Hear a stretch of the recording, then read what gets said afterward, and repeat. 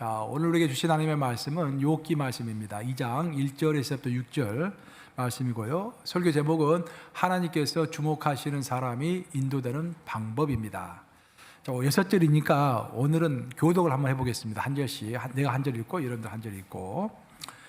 또 하루는 하나님의 아들들이 와서 요 앞에 서고 사탄도 그들 가운데에 와서 요 앞에 서니 여호와께서 사탄에게 이르시되 내가 어디서 왔느냐. 사탄이 여호와께 대답하여 이르되 땅을 두루 돌아 여기저기 다녀왔나이다. 여호와께서 사탄에게 이르시되 내가 내 종 욥을 주의하여 보았느냐. 그와 같이 온전하고 정직하여 하나님을 경외하며 악에서 떠난 자가 세상에 없느니라. 내가 나를 충동하여 까닭없이 그를 치게 하였어도 그가 여전히 자기의 온전함을 굳게 지켰느니라. 사탄이 여호와께 대답하여 아뢰되 가죽으로 가죽을 바꾸오니 사람이 그의 모든 소유물로 자기의 생명을 바꾸올지라. 이제 주의 손을 펴사 그의 뼈와 살을 치소서. 그리하시면은 틀림없이 주를 향하여 욕하지 않겠나이까. 여호와께서 사탄에게 이르시되 내가 그를 내 손에 맡기노라. 다만 그의 생명은 해하지 말지니라. 살아계신 하나님의 말씀입니다. 이 성경 전체적인 내용은요 크게 두 개로 나눠집니다. 나와 하나님과의 관계, 인간과 하나님과의 관계, 그 인간과 인간의 관계. 이 설교도 대부분 크게 분류를 해보면 둘 중에 하나입니다. 인간이 어떻게 이 사회를 살아가야 할 것인가, 다른 인간과의 어떤 관계를 어떻게 맺고 다른 사람들에게 어떻게 전도하고 그 다른 사람과의 관계에 대한 설교가 있고요. 또 하나의 설교는 인간이 하나님과 어떤 관계를 맺을 것인가, 그런 설교가 또 큰 줄을 이루는 거예요. 하나님과 인간과의 관계는 성경은 크게 두 가지로 설명을 하고 있습니다. 첫째는 경외, 하나님을 무서워하는 것입니다. 두 번째는 친밀, 하나님과 친구처럼 친밀하게 지내는 것입니다. 신앙생활을 잘한다라는 것은 하나님과의 관계를 맺을 때 하나님을 무서워하는 동시에 하나님과 친밀하게 지내는 것. 좀 어렵죠. 그렇지만 친밀하게 지내지만 무서워하고 무섭지만 친밀하게 지내는 것. 이 두 가지를 잘 밸런스 맞게 신앙생활을 해나가는 것이 그게 경륜 있는 신앙생활입니다. 그게 경륜 있는. 저도 이제 목회를 이렇게 쭉 오랫동안 하다 보니까 느껴지는 게 젊었을 때 하는 설교는요 좀 편향되기 쉽습니다. 자기가 경험한 하나님에 대해서 많이 이야기하게 돼요. 예를 들어서 내가 무서운 하나님을 많이 경험했으면 자꾸 그런 것을 이야기하게 돼요. 근데 내가 또 복을 많이 받고 친밀한 하나님을 만나게 되면 또 그것만 강조하게 돼요.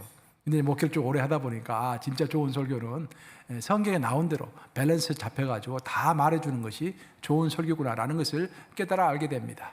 성경을 보면은 친밀한 하나님의 대명사는 아브라함입니다. 아브라함은 하나님께서 특별히 내 친구다라고 말씀하신 그런 위인이죠. 그래서 하나님과의 친밀함은 아브라함으로 대별이 됩니다. 그러면 하나님과의 경외, 하나님을 무서워하고 하나님을 경배하고 하나님께 경건한 삶을 하나님 앞에서 살아갔던 대표적인 인물은 바로 욥인 것입니다. 오늘 본문에 나오는. 하지만 욥은 하나님을 경건하게 무서워하며 하나님을 잘 섬겼지만 그에게는 하나님을 직접 체험한 체험이 없었습니다. 체험이 없다라는 것은 하나님 체험이 없이는 하나님과 가까워질 수 없죠. 아무리 내가 저 사람과 친하고 싶어도 저 사람과 내가 만나서 대화하고 경험하고 여행도 같이 가고 밥도 같이 먹어야 그 다음 친해지는 거 아니겠습니까? 내가 아무리 저 사람과 친하고 싶다고 해도 만남의 역사가 없으면 친해질 수가 없는 것입니다. 욥에게 있어서 큰 문제는 바로 그것이었습니다. 하나님을 경외하고 하나님을 알고 있었지만 하나님을 만난 경험이 없었어요.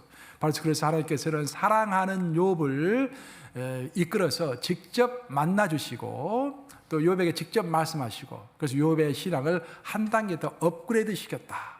즉 사실 경건한 것만 하더라도 대단한 것이죠. 하지만 더 완벽한 신앙을 주시기 위하여 경건 플러스 친밀의 신앙을 주시기 위하여 욥의 시련을 허락하시고 결국은 욥이 그냥 눈으로만 보는 그런 신앙이 아니라 귀로만 듣는 그런 신앙이 아니라 눈으로 보고 손으로 만지는 그런 신앙으로 승화시켰다라는 그런 이야기를 가지고 오늘 여러분과 함께 은혜를 받고자 합니다.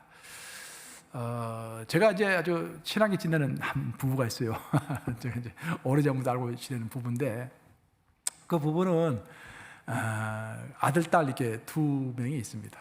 근데 내가 봐도 아들, 딸을 잘 키웠어요. 이렇게. 아주 신앙심도 좋고 아주 목사님도 잘 따르고 잘 아주 키웠어요. 그 부부는 미국 아주 고생을 많이 했습니다. 오자마자 자파상을 해가지고 자파상만 한 40년 했다는 것 같아요. 그러니까 자파상이 뭔지 아시죠? 그래서 얼마나 고생 많아요. 계속 이렇게 1달러짜리, 2달러짜리 계속 하루 내내 파는 거죠, 이제. 그래가지고 자식들을 잘 키워서 그 두 자식이 부모의 자랑인 거예요, 이게.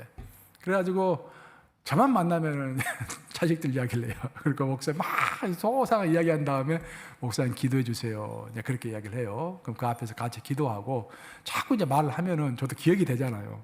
그러니까 기도할 때 이제 자꾸 이야기를 들으니까 자기는 기도하게 되고 이제 그런 것들을 경험했습니다. 자식들 너무 또 이렇게 프라우드하게 생각해가지고 그 자식들이 졸업한 대학교 있잖아요. 그 대학교 스티커를 또 이렇게 차 뒤에다 크게 붙였더라고요. 이렇게 아들이 졸업한 대학교, 딸이 졸업한 대학교. 근데 이 부부에게 고민이 한 가지 있었어요. 그 고민은 뭐냐면은 딸이 나이가 30이 훨씬 넘었는데 아직까지 시집을 안 가는 거예요. 그래서 딸 시집 보내는 것이 1번 기도 제목입니다. 그래가지고 이제 딸이 시집을 안 가는 건지 또 아니면 또 못 가는 건지 그걸 알 수가 없는데 하여튼 딸이 그 장학사도 하고 상당히 이렇게 사회적으로도 이렇게 뛰어나고 그러는데도 시집을 못 가는 거예요. 그래서 이제 두 사람이 고민을 했대요. 고민하다가 한 가지 아이디어가 생각났대요. 우리 남자 그 집사님이 한국에 있었을 때는 상당히 좀 이렇게 여자들에게 인기가 있었대요. 자기 말에 의하면 이제 그래서 자기가 알고 있는 연애 노하우를 딸에게 전달해 주기로 결심을 한 거야. 그럼 딸을 불러가지고 연애는 이렇게 하는 거란다라고 이제 이야기를 해줬대요. 그 이야기를 이제 들으니까 내가 기가 솔깃하더라고요. 그래서 자퇴 한번 해주라고. 그래서 들어봤어요. 그랬더니 이렇게 하라는 거예요. 딸아, 내가 길거리를 지나가다가 또 어떤 파티 같은 데서 너 마음에 만나는 남자를 딱 만나면은 어디서 많이 본 것 같다는 표정으로 주목을 해라. 그 남자를 주목해라. 그리고 지나치면은 다시 한번 고개를 돌려가지고 돌아봐라. 그때 그 남자도 돌아봐서 너와 눈이 마주치면은 그때부터 남녀 간의 관계는 시작하는 것이란다. 그렇게 이제 어드바이스 했더라는 거예요. 야, 들어보니까 이게 1960년대 방법인 것 같아. 그 나는 상당히 감명이 있었어요. 그렇게 연애를 하는가 보구나, 이게. 여기서 중요한 것은 주목한다라는 것입니다. 주목. 모든 인간은 자신을 주목해 줄 때 행복한 거예요. 그렇죠? 꽃이라는 것도 꽃이 누군가에게 꽃이라고 불러주지 않으면 그 꽃은 아무런 의미가 없는 거예요. 아무리 절세 미녀의 꽃이라고 할지라도 누군가가 와서 그 꽃을 불러주고 만져줘야 그 꽃이 의미가 있는 것이지, 아무리 잘생기고 아무리 멋있는 꽃이라고 할지라도 내가 만져주지 않고 내가 그 이름을 불러주지 않으면 그 꽃은 아무 의미가 없는 것입니다. 주목이라는 것이 중요한 거예요. 어떤 사람을 마음에 들어가지고 그 사람을 주목해서 쳐다보다가 다시 뒤돌아보면은 그 주목을 받은 남자도 기분이 좋은 거예요. 우리 신앙생활도 똑같습니다. 우리 신앙생활도 하나님이 우리를 주목해 주시는 것 이상으로 좋은 것이 없어요. 우리에게 소원이 있다고 한다면 하나님이 나를 주목해서 봐주시는 것. 물론 하나님은 모든 사람을 사랑하시죠. 모든 사람이 구원받기를 원하십니다. 하지만 성경에 의하면 하나님은 특별한 사람에게 주목하신다고 성경은 이야기합니다.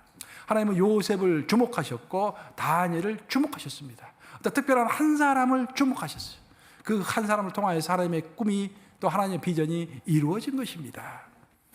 오늘 본문에 따르면 하나님께서는 욥을 특별하게 주목했다라고 되어 있습니다. 오늘 본문 한번 읽어보겠습니다. 2장 3절 한번 같이 읽어보겠습니다. 시작. 여호와께서 사탄에게 이르시되 내가 내 종 욥을 주의하여 보았느냐. 그와 같이 온전하고 정직하여 하나님을 경외하며 악에서 떠난 자가 세상에 없느니라. 내가 나를 충동하여 까닭 없이 그를 치게 하였어도 그가 여전히 자기의 온전함을 굳게 지켰느니라. 하나님은 사탄에게 욥을 자랑하고 싶었어요. 그러면서 사탄아, 내가 주목하여 보는, 내가 주위에서 살펴보는 욥이라는 인물을 너가 알고나 있느냐? 그 인물을 보기만 하면 내가 마음이 기쁘다. 그러네. 저도 설교할 때요. 설교할 때 이렇게 좀 긴장도 되고 그러면은요.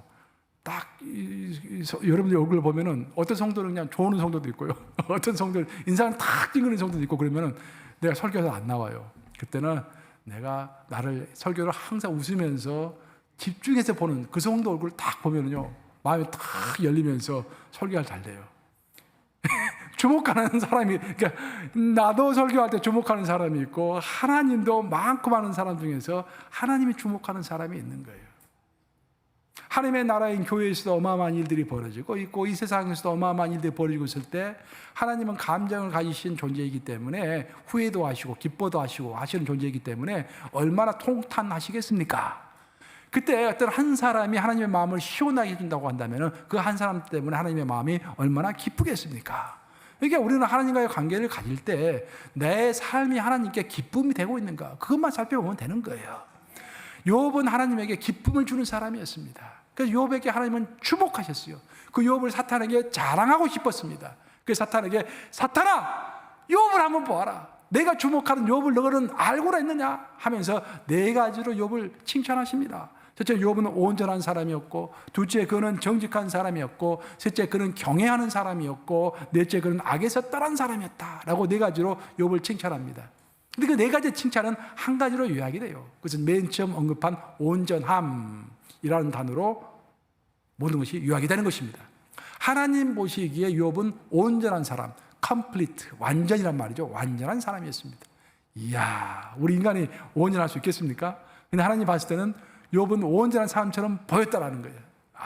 그래서 하나님은 욥이야말로 온전한 사람이다. 여기서 말하는 온전함이라는 뜻은 무슨 뜻이냐면은 욥은 어떤 시련이 오든지 어떤 환경의 변화가 오든지 우로나 좌로나 치우치지 않고 항상 나만 바라보고 살아가는 그런 사람이다라는 의미에서 하나님은 온전함이라는 단어를 사용해서 사탄에게 욥을 자랑하신 거예요. 그 이야기를 들은 사탄은 하나님께 하나님 좀 속으로 비웃었던 것 같아요. 사탄이 하나님께 대꾸를 합니다. 하나님, 제가 보기에는 욥이 하나님께 그렇게 충성하고 하나님 마음에 쏙 들 정도로 온전함을 보이는 이유가 있다고 생각합니다. 첫째는 하나님께서 욥을 감싸도시면서 보호하시기 때문입니다. 뭐 오늘날도 세대가 위험하지만 그 당시에는 더 위험한 세대였잖아요. 수천 년 전이니까. 그때 하나님께서 모든 것을 보여주시지 않습니까? 욥을. 더 중요한 것은 하나님은 욥에게 엄청난 축복을 주셨지 않습니까? 성경 본문에 따르면 동방의 최고의 갑부라고 되어 있잖아요. 그러니까 동방에서 최고로 큰 자였다. 그 말은 큰 자였다는 것은 제일 부자였다 그런 말이에요. 어마어마한 갑부였다 그런 말입니다. 아니 그렇게 하나님께서 매사에 보호해 주시고 매사에 축복을 주시면은 나라도 하나님을 열심히 섬기겠습니다. 이제 그런 이야기를 한 거예요. 하나님이 기분이 약간 안 좋으셨던 것 같아요. 그래서 그런 상태에서 이제 사탄이 하나님께 건의를 하죠. 내가 욥을 한번 쳐보겠습니다. 시험을 한번 해보겠습니다. 그때 하나님이 그래 한번 해봐라. 그래가지고 시험이 이제 오기 시작하는데 욥은 하나님과 사탄 사이에서 천국에서 하늘에서 그런 대화가 있었다는 사실도 모르는 상태에서 큰 시련을 당하게 됩니다. 3차에 걸쳐서 시련을 당하게 돼요. 오늘 본문을 쭉 보시면은 욥기 전체를 보시면은 첫 번째 시련은 제일 먼저 사탄은 욥의 그 소유물을 없앴습니다. 그러니까 첫 번째 시험이 우리가 받을 때 첫 번째 욥기에 따르면은 첫 번째 시험은 물질의 시험입니다. 내 재산이 없어지는 거야. 욥은 꼼짝하지 않았습니다. 그래? 사탄이 두 번째로 이제 시험한 게 바로 자식 10명을 없애는 그런 시험이었습니다. 욥은 7명의 아들과 3명의 딸을 가지고 있었는데 그 10명 전부를 죽여버린 거예요. 야, 여러분 같으면 어떡하겠어요? 이 정도 되면은 어마어마한 시련이죠. 그래도 욥은 꼼짝하지 않았습니다. 그래서 하나님이 욥에게 오늘 본문 보시면 그렇게 이야기하시는 거예요. 이거 봐라, 욥이 괜찮지 않느냐. 그러니까 사탄이 하나님께 다시 건의하죠. 이것은 별거 아닙니다. 이제 진짜 시험이 있습니다. 가죽은 가죽으로서 그와 뼈와 살을 한번 쳐보게 해 주시옵소서라고 이야기하죠. 오늘 본문 보시면은 즉 살과 뼈를 친다라는 것은 그의 건강의 문제를 내가 손대겠습니다. 그런 말이에요. 그래서 하나님께서는 좋아, 그것도 내가 너에게 허락한다. 단 욥의 생명은 건들지 말아라 라고 이야기합니다. 그래서 사탄이 땅으로 내려와가지고 욥의 건강의 문제를 치기 시작하는 거예요. 온몸에 종기가 나가지고 그냥 기왓장으로 얼마나 간지러웠으면 그냥 살을 북북 계속해서 이게 긁고 있었잖아요. 죽기 일보 직전까지 가게 되는 것입니다. 그래서 욥은 물질을 다 잊어버리고 가족을 다 잃어버리고 아내도 도망해버렸죠. 가족을 다 잃어버리고 자신의 몸까지 상하게 되는 그런 비참한 처지에 놓이게 되는 것입니다. 하지만 여기까지도 욥은 요동하지 않았습니다. 욥은 대단하지 않습니까?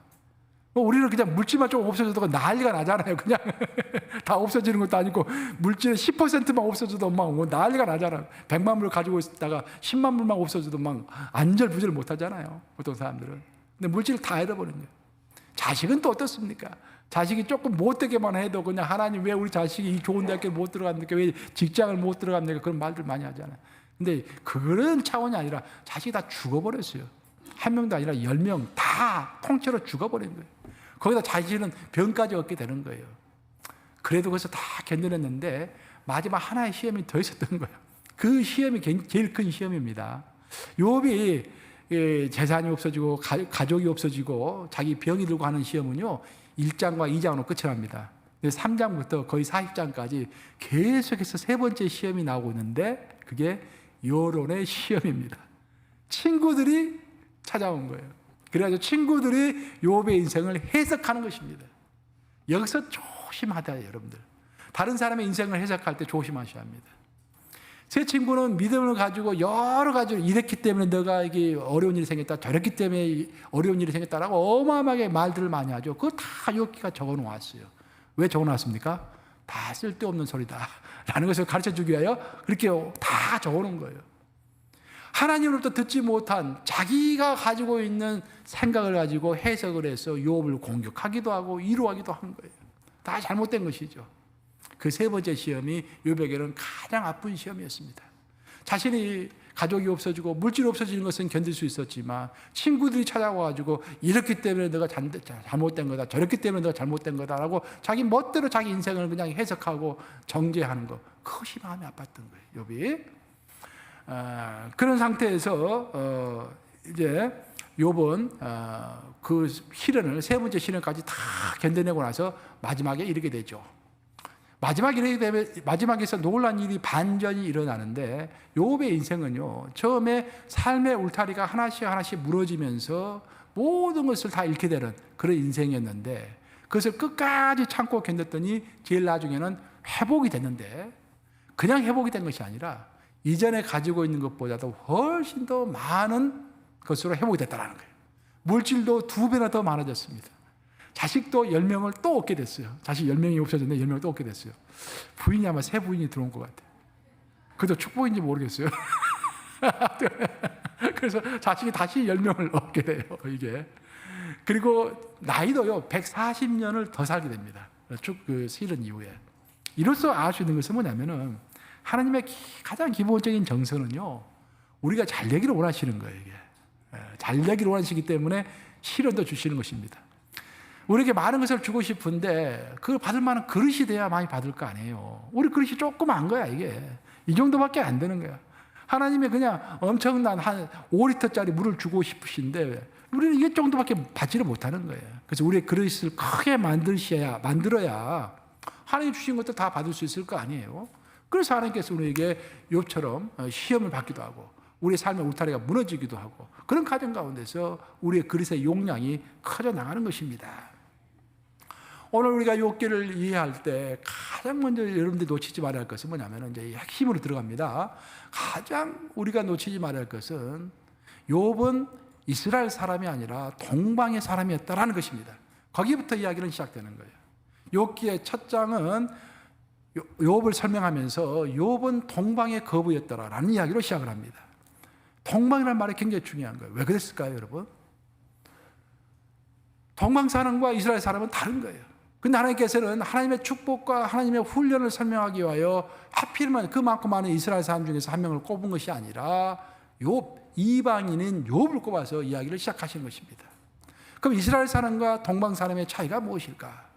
이스라엘 사람들은요 하나님을 직접 몸으로 체험한 사람들입니다. 하나님을 눈으로 본 사람들입니다. 예를 들어서 아브라함 이야기를 좀 해보면요 하나님께서 아브라함에게 나타나셔가지고 아브라함아 너와 나와 언약을 맺자라고 말씀하셨죠. 그 언약을 맺으면서 아브라함이 꿈 가운데 있을 때 하나님께서 짐승을 2동강 다 내시죠. 새를 2동강 내십니다. 그리고 양쪽에 이렇게 다 배를 해요. 이렇게 많이 몇 마리라고 나와 있지 않는데 만 20마리의 새를 2동강이 냈다. 20마리 두 동안이 내면은 40조각이 나오죠. 그 40조각을 한쪽에 왼쪽에 20조각, 오른쪽에 20조각 놓은 거예요. 그렇게 한 다음에 하나님의 인재의 상징인 하나님의 불이 그 사이를 쫙 지나갔죠. 그것을 아브라함이 눈으로 본 거예요. 얼마나 놀랐겠어요. 여러분, 그 짐승을 두 토막 낸다는 의미를 아세요? 고대 근동 지역에서는 항상 그런 식으로 계약을 맺었습니다. 그 말은 무슨 말이냐면, 만약 노아가 나오고 오늘 언약을 맺었는데 너가 언약을 배반하면은 이 짐승이 두 토막이 난 것처럼 너도 두 토막 나서 죽을 것이다. 그 이야기. 굉장히 무서운 이야기입니다. 그런 의미에서 항상 사람과 사람이 계약을 맺으면은 두 토막 난 짐승 사이를 두 사람이 걸어갔던 거예요.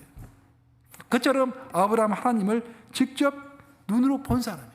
그 하나님을 만지고 하나님과 대화했던 사람입니다. 반면에 욥은 굉장히 경건한 사람이었어요.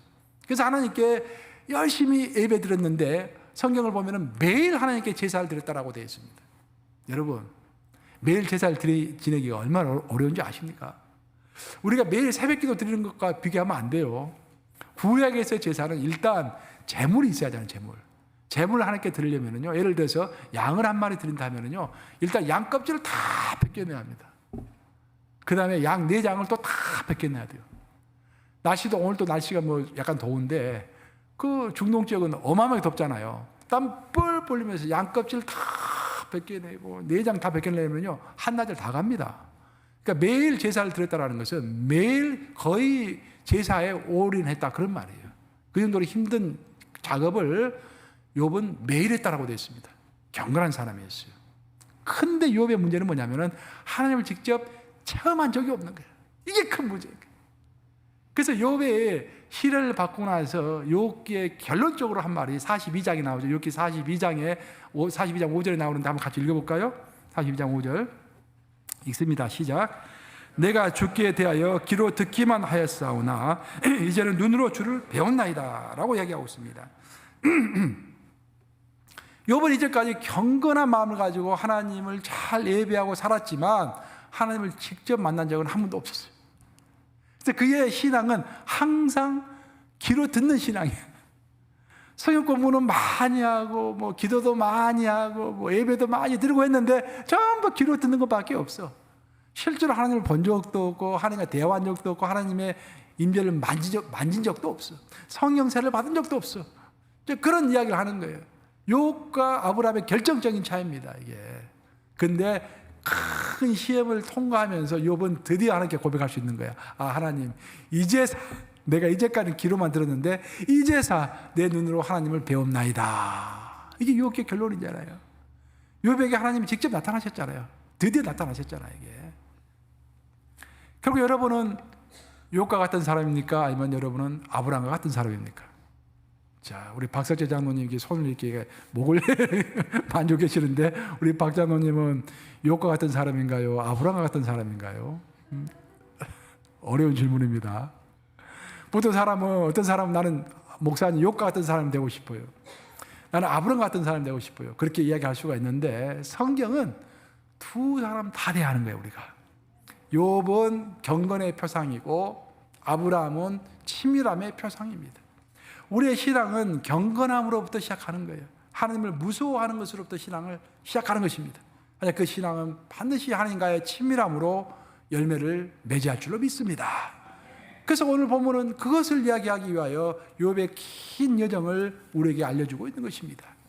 오늘 제가 방금 말씀드린 친밀함, 경건 이 두 가지는요, 기독교 2000년 역사를 끌어온 동력입니다.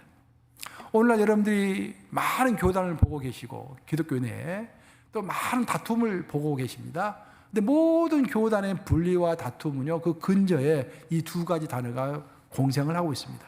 즉 한편에서는 하나님을 무서워하는 것, 경외, 한편에서는 하나님과 친밀히 지내는 것, 친밀, 이 두 가지 단어 때문에 신학이 나누어지고 교단이 나누어진 거예요.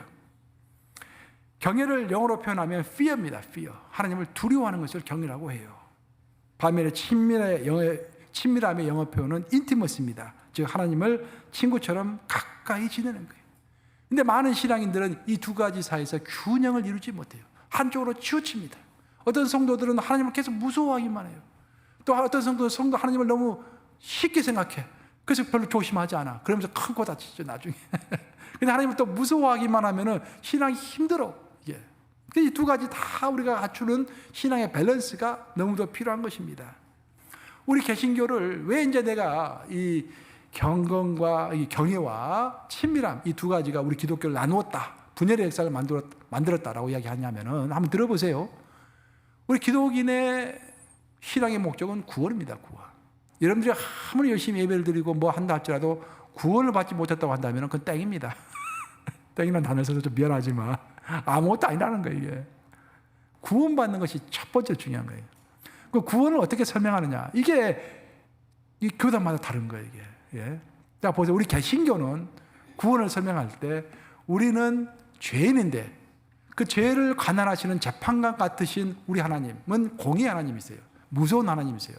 그 무서운 하나님이 반드시 우리의 죄값을 물어본다라는 거예요.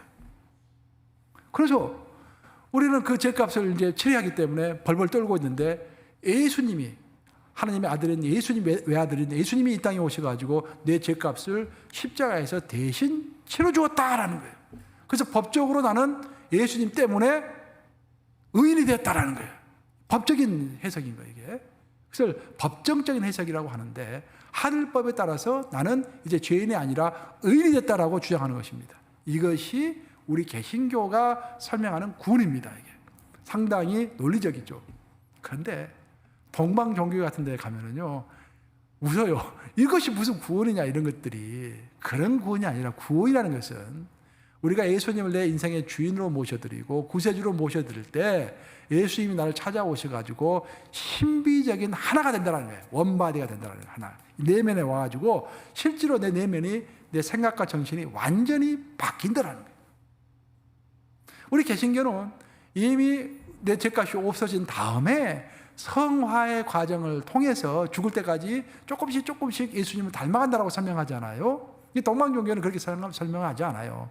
예수님이 내 마음에 찾아오시면은 그 순간에 내가 완전히 신의 성품을 갖게 된다. 문자 그대로 신의 성품을 갖게 된다라고 그렇게 주장하는 거예요. 베드로 후서 1장 4절에 보시면은 베드로가 신의 성품에 참여하게 하려 함이라라는 그런 말씀을 하고 있죠. 그 말씀을 문자 그대로 이용하는 거예요. 자, 우리가 예수님을 영접했을 때 내 안에 예수님 찾아오시면서 내가 신과 같은 존재, 신의 성품을 가진 존재가 된다라고 주장하는 거예요. 그러면서 말할 수 없는 친밀감 가운데 들어가게 된다라는 거예요. 결국 구원을 설명할 때 우리 개신교는 두렵고 떨리우는 공의의 하나님 앞에서 내 죄 때문에 내가 하나님 앞에서 벌벌 떠는 거예요. 그렇죠? 그로부터 구원을 설명하고 시작하는 거예요. 근데 개신교는, 그 동방종교회는 그것이 아닙니다. 하나님과의 완전한 합일체가 됨으로 인해서 내가 어떤 죄를 범했든지, 내가 어떤 그 존재했든지 예수님을 영접하는 순간에 모든 것이 신적인 존재로 바뀌면서 내 자신이 모든 구원을 얻게 되고 해결된다라고 이렇게 그 친밀함, 신비함의 친밀함을 강조하는 거예요. 그 동방종교는 그 신비를 강조하고 있지 않습니까? 신비. 말로 표현할 수 없고 법으로도 표현할 수 없고 어떤 철학적인 언어로도 표현할 수 없는 어떤 신비로운 합일, 하나님과의 하나됨, 그 친밀함, 그것이 모든 것의 핵심이다라고 설명하는 거예요. 그것은 성만찬식에서도 똑같습니다. 성만찬이 얼마나 복잡한지 몰라요, 여러분들. 그 성만찬 자체가 복잡한 게 아니라 성만찬 해석이 교단마다 다르고 아주 어렵습니다, 그게. 근데 성만찬을 이렇게 우리 개신교는 보통 해석을 해요.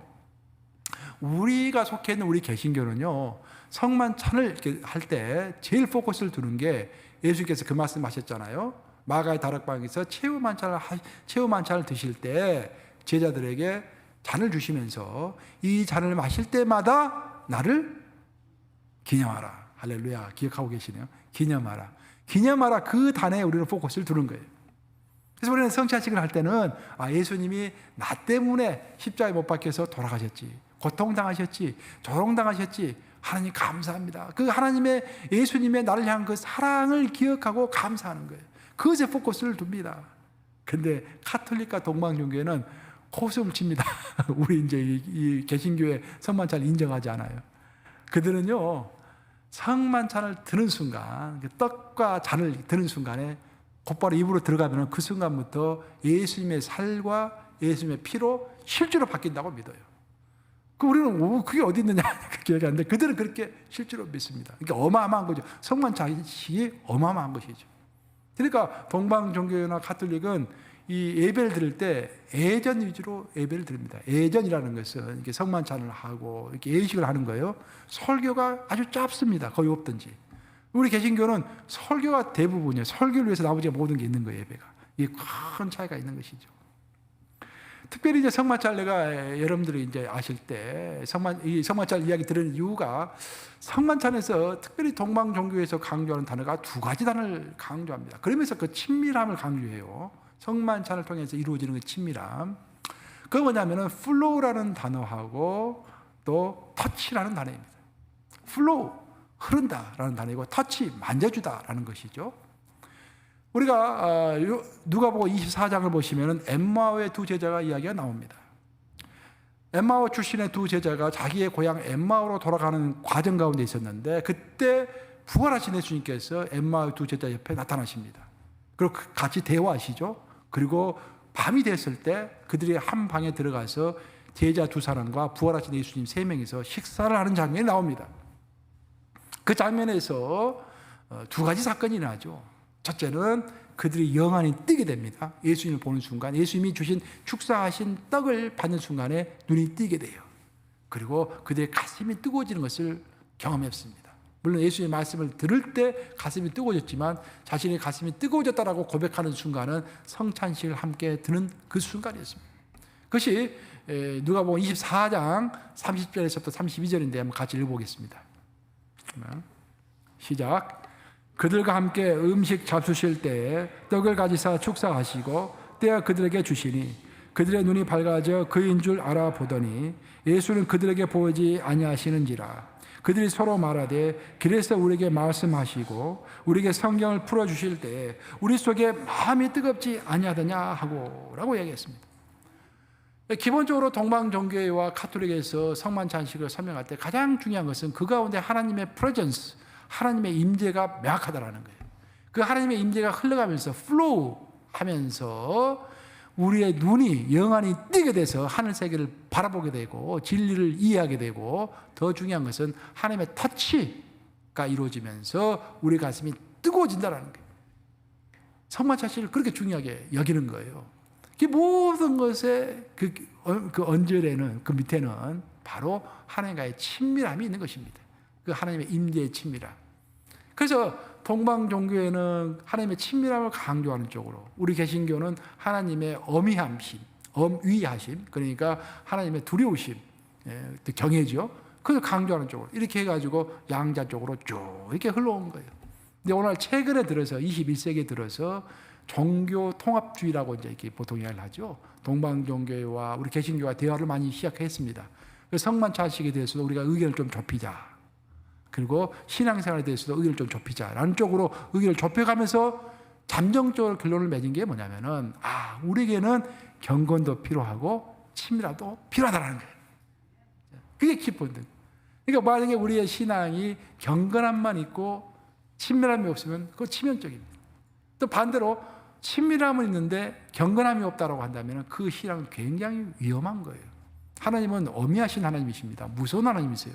그러니까 우리가 너무 까불면 안 돼요. 하나님 앞에서. 조심해야 합니다. 이게. 결국 욥의 이야기로 다시 돌아오면은 욥은 경건한 사람이고 하나님을 경외하는 사람이었지만 그는 하나님을 직접 체험해 본 적이 없는 사람이었습니다. 그래서 하나님 보시기에 욥에게는 하나님을 향한 그 친밀함, 하나님을 경험하는 것, 그것이 필요했던 것입니다. 경건했지만 몸으로 하나님을 체험하지 못했던 욥은 이제 새로운 차원에서 하나님을 만나야 했기 때문에 하나님께서 그의 삶의 울타리를 하나씩 쳐내려가면서 욥으로 하여금 자신을 돌아보게 하고 하나님을 더 작게 만드시고 그 결과로서 하나님과 직접 만나는 놀라운 역사가 있었던 것입니다. 우리가 기도할 때 어떤 사람들은 기도하지 않던 사람이 갑자기 열심히 기도를 해요. 왜 그러겠습니까? 기도 제목이 있기 때문에 기도하지 않던 사람이 갑자기 기도를 하는 거예요. 그러다가 기도가 응답이 되면 어떻게 합니까? 그 사람은 이제 기도를 안 해요. 이제 더 이상 새벽 기도 안 나와. 그럴 것인 거야. 거기에 문제가 있어요. 근데 성경은 기도에서 말씀하실 때 쉬지 말고 기도하라. 항상 기도하라. 라고 되어 있잖아요. 이로써 우리가 알 수 있는 것은 뭐냐면 우리가 기도 제목을 가지고 하나님께 기도하면요 항상 기도할 수가 없습니다. 그 기도 제목만 가지고 기도하다가 그 기도 제목이 응답이 되면 더 이상 기도할 필요가 없어지는 거예요. 그래서 성경의 말씀을 지킬 수가 없어요. 항상 기도하라. 그런데 하나님을 사랑하고 하나님과 연애하면은 항상 기도할 수 있습니다. 그렇죠? 어떤 사람과 남녀의 관계도 그냥 회사에서 서로 그냥 얼굴 보는 관계라고 한다면은 뭐 용건 있을 때마다 짤막짤막하게 전화해가지고 이렇게 통화하면 그걸로 끝이잖아요. 근데 두 사람이 애인 연애하는 관계로 발전을 했다 하면 어떻게 됩니까? 새벽 2시까지, 3시까지, 4시까지 계속 통화하잖아요. 그냥 연애하니까 이게 기도가 똑같은 거예요. 하나님과 우리의 관계가 만약에 우리가 어떤 기도 제목만 가지고 기도한다면은 금방 끝납니다. 기도가 금방 끝나요. 오래 할 수가 없어요. 근데 하나님과 연애하기 시작하면은요, 친밀해져 가지고 연애하기 시작하면은 기도는 끝이 없는 거예요. 매사에 기도하게 되어 있습니다. 매사에 하나님께 물어보게 되어 있어요. 하나님 이거 어떻게 합니까? 하나님 제가 기분이 너무 나쁩니다. 아버지 어떻게 합니까? 이게 자꾸 물어보게 되어 있는 거예요. 결국 욥에게는 하나님을 향한 경외는 있었지만 하나님을 향한 친밀함이 없었기 때문에 하나님께서는 그것을 이제 가르쳐 주시기 위하여 원래 그것을 의도하는 말이 아니었지만 사탄이 중간에 끼어들어가지고 욥을 이렇게 혼란스럽게 만들고 욥에게 시험을 줌으로 인해서 그 결과가 오히려 전화위복이 되어가지고 하나님을 친밀하게 알게 되는 놀라운 역사가 있었던 것입니다. 우리가 하나님의 친밀함을 이제 마지막으로 한 가지만 더 욥의 하나님을 향한 그 친밀함을 생각할 때 정말로 우리가 조심해야 할 것 중에 하나는 뭐냐면은 하나님과 내가 친밀해지는 데 있어서 방해 요인이 있다라는 거예요. 그 방해 요인은 다른 사람도 아니고 어떤 환경도 아닙니다. 바로 내 자신의 욕심 때문인 것입니다. 성경에 따르면은 우리의 욕망이 바로 하나님과 나 사이를 가로막고 그 욕망이 죄를 만들고 하나님과 나 사이를 가로막고 멀어지게 하는 것입니다. 근데 욕망이 문제가 되는 거예요. 그래서 하나님께서 아브라함을 시험하실 때, 훈련시키실 때 크게 3단계로 훈련시키시죠. 첫 번째는 본토 친척 아비 집을 떠나는 것이었습니다. 떠나는 훈련을 시키십니다. 아브라함은 그것을 잘 지켰어요. 두 번째 시험은 하나님께서 가라고 명령하신 것을 애누리 없이 따라서 순종하는 것이었습니다. 아브라함은 하나님께서 가라고 하시는 곳에 애누리 없이 순종함으로 또한 그 시험도 통과했죠. 순종의 시험도 통과했습니다. 그런데 마지막 한 가지가 더 있었습니다. 이제 이게 모든 사람들에게 문제가 되는 거예요. 그래서 뭐냐면은 하나님은 아브라함을 이제 아주 깊이 있게 훈련하실 때, 하나님의 사람으로 딱 만드실 때 마지막으로 훈련하신 게 뭐냐면은 가장 소중한 것에 칼을 대게 하셨습니다. 이게 아브라함의 인생을 자세히 살펴보면은요, 아브라함이 신앙 훈련을 받기 시작한 그 첫 번째 장면과 거의 마지막 장면에 일어나가지고 그 칼 이야기가 두 번 나옵니다. 칼 이야기가. 자, 아브라함이 신앙의 여정을 시작했어요. 그때 하나님께서는 칼을 들라고 그랬습니다. 아브라함에게 왜 그랬습니까? 뭐 하기 위해서? 할례를 받기 위해서. 너 표피를 스스로 잘라라. 오늘날이야 뭐 병원에 가가지고 마취하고 뭐 별로 아프지도 않고, 물론 하고 나면 아프지만 뭐 별거 아닙니다. 근데 그 당시에는 그런 것을 생각도 못했던 시대 아니에요. 가장 민감하고 가장 아픈 부위를 칼로 잘라라. 그 당시에는 칼이 부싯돌이죠, 부싯돌. 부싯돌로 그냥 돌로 그냥 살을 베어내는 것이 얼마나 아프겠어요. 그렇죠? 가장 소중한, 우리 육체가 소중하잖아요. 가장 소중한 육체, 그 부위 중에서도 가장 중요한 부위를 하나님이 칼로 자르라고 하신 거예요. 그래서 그것을 칼로 자른 다음에 아브라함이 수십 년을 하나님과 동행했습니다. 그리고 상당히 성숙했어요. 그때 이제 아브라함의 신앙이 거의 막바지에 이르렀을 때 하나님께서 마지막으로 또 한 번 칼을 들어라 라고 그랬죠. 왜 칼 들었습니까? 아들 이삭을 번제로 바치기 위해서. 그 시험을 또한 아브라함이 통과하는 것입니다. 바로 여기에 신앙의 원리가 있습니다. 그래서 뭐냐면은 우리가 가장 소중히 여기는 것, 하나님만큼 소중히 여기는 것이 우리 마음속에 있다고 한다면은 그것을 칼로 절단할 수 있는 사람만이 하나님의 친밀함에 도달할 수 있는 것입니다. 욥과 아브라함의 차이가 있다고 한다면은 그들은 모두 경건한 사람이었지만 욥은 자신의 소중한 것에 칼을 대본 적이 없는 사람이었습니다. 욥은 하나님으로부터 엄청난 축복을 많이 받았죠. 많은 물질도 받고 여러 가지 축복을 받았지만 그 소중한 것에 스스로 칼을 대본 적이 없는 사람이었어요. 하지만 아브라함은 자신의 가장 소중한 자기 육체와 자기 자식에게 칼을 들었던 그런 경험을 가진 사람이었습니다. 거기에 욥과 아브라함의 큰 차이가 있죠. 그래서 하나님께서는 욥을 아브라함과 같은 사람으로 만드시기 위하여 이 모든 시련을 허락하신 것입니다. 사탄이 꾸민 것이죠. 그렇지만 사탄이 자기 꾀에 자기가 넘어간 것이죠. 그 하나님께서는 그것을 아셨기 때문에 사탄의 시험을 허락하신 것입니다. 이제 말씀을 마무리합니다. 결론은 하나님은 우리의 신앙이 경외와 아울러서 친밀해지기를 원하십니다. 경외와 친밀 두 가지를 다 갖기를 원하시는 거예요. 경외와 친밀 두 가지를 다 가질 때 우리의 신앙이 진일보하고 한 단계 업그레이드 되는 것입니다. 그리고 그렇게 우리의 신앙을 업그레이드 시키기 위하여 하나님은 가끔씩 두 가지를 하신다는 거예요. 첫째는 우리의 삶의 울타리를 다하게 허무십니다. 건강의 문제로 우리의 건강의 울타리를 허물 때도 있고요. 우리의 또 재물의 울타리를 허물 때도 있고 인간관계의 그 관계의 울타리를 허물 때도 있습니다. 하나님이 허락하시기 때문에 이 모든 일들이 벌어지는 거예요. 하나님이 의도하지 않으셨다 할지라도 하나님이 허락하실 때만이 이런 일들은 우리에게 벌어지는 것입니다. 두 번째로 우리의 신앙을 업그레이드 시켜서 하나님께 좀 더 깊이 있게 나아갈 수 있도록 우리를 인도하기 위하여 어떨 때는 하나님께서 우리로 하여금 칼을 들게 하시는 거예요. 그 칼을 들어서 내 인생에 가장 소중한 것. 각자가 있잖아요. 여러분 각자가 뭐 마음에 소중하게 여긴 거 있을 거 아니에요. 각자가 있어. 지금 뭔가가 있어. 지금. 그것에 칼을 대게 만드시는 것입니다. 그래서 여러분의 인생에 삶의 울타리가 무너질 때 또 뭔가 칼을 들어야 할 때 주저하지 마시고 하나님이 허락하셨다라고 믿으시고 용기 있게 돌파해 나가심으로 경건뿐만 아니라 하나님과의 친밀함도 가지시는 여러분 되시기를 우리 주님의 이름으로 축원합니다. 기도하시겠습니다.